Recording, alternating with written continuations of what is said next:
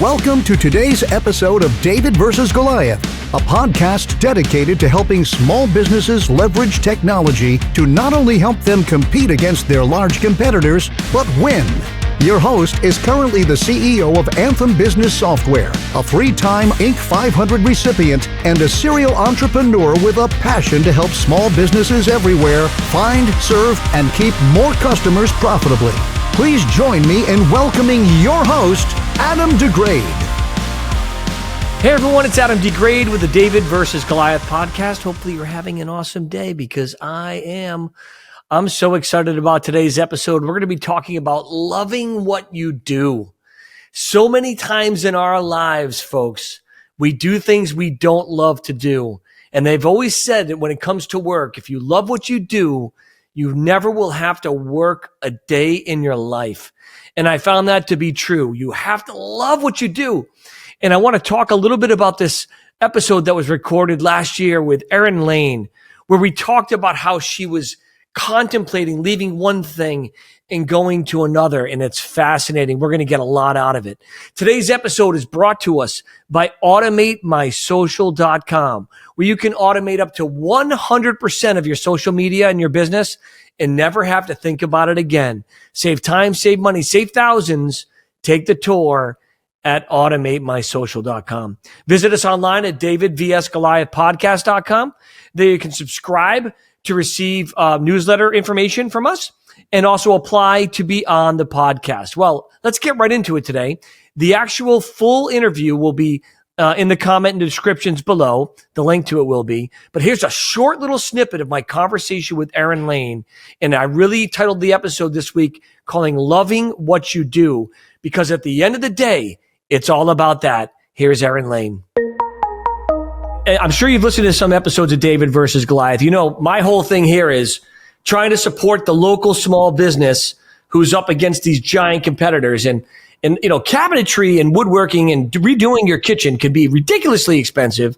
And in some cases, this can be less expensive, more affordable. And to your point, and if it's not more affordable, you get to keep what you love about your kitchen already. Right. When you sat down and you said, you know, I'm gonna go on my own. I'm going to open up the doors. I'm going to do resurrect wood furnishing, refinishing, where we're going to change people's houses, resurrect that wood back to life. You sat down, I'm sure, with some friends and you thought to yourself, am I crazy? Can I really do this? What was going through your mind at that point in time? And then also I'd love to have you address the listeners and the viewers as to plans. You know, did you have a plan, or was it kind of like, we're just going to go for it? Or did you really try to like map it out? Those are really great questions. First of all, I still think maybe I'm a little crazy, but I think you have to be a business owner. I think you have to be a little bit crazy. You're stepping out in faith that you might be able to make something work. And the difference between you and everybody else is just that you just put it in motion, you know?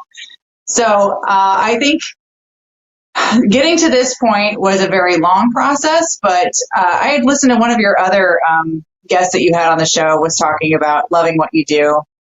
And I think that is so important. Being on purpose to me is my number one priority. If I don't love it, if I don't want to go to bed because I want to keep working at it, then I'm not on my purpose. I'm doing something that I'm wasting a little bit of time. So you have to love it. If you love what you do, I think it's crazy not to try and do it for yourself. And it was a very long process. I at first was thinking I was going to purchase someone else's business because I wasn't sure that I had, you know, the gumption to actually just start a company from scratch. I didn't know a whole lot about business.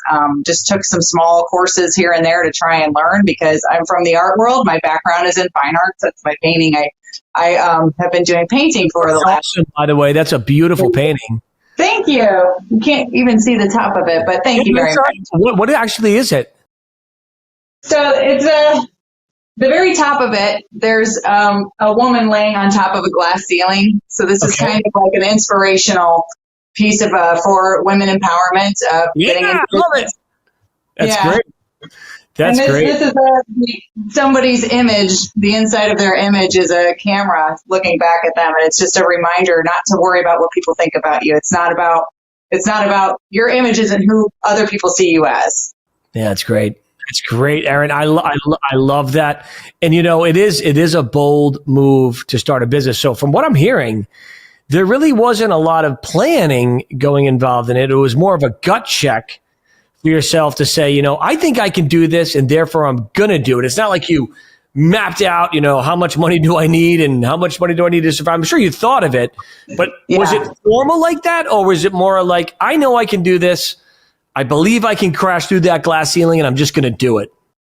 Well, it was a little bit of a combination of both. Like I said, I was really envisioning that I was going to purchase someone else's business and establish one. So I was really doing all of my numbers and all of my research based on this existing business. And it turned out that the business got sold to somebody else while I was in the middle of thinking I was buying it. So it was kind of devastating at first. And then it was like, okay, what do I do from here? And I talked to a couple of my mentors and they were like, well, I just think that this is just the best thing that's ever happened because I think you should go out on your own. And it hadn't even occurred to me to try and do it myself because franchises are set up in a certain way that they pick all the products for you and they show you how to do everything. And I fine tuned that so tightly and really was proud of what I built that I was like, oh, could I do that? And so it started off as just an idea on a page. Like, what would it cost?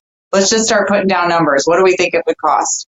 Who could I get these products from? Start doing research. Who could help me if I needed advice? Who can, and it happened very, very quickly. I would say within a month, it was like very clear. The answer was there. Like, go do it. Just do it. That's, it's awesome. And I love it because, people don't realize like this is not for the faint of heart, starting your own business and really, taking that next step to go from idea to execution. And I just absolutely love that conversation. Be sure to check it out. You're going to be so glad you did. Like I said, leave a comment, like it, share it, tweet it, and then the actual full interview is listed below. This is another short of David versus Goliath. We can't wait to see you next week. Everyone have an awesome day.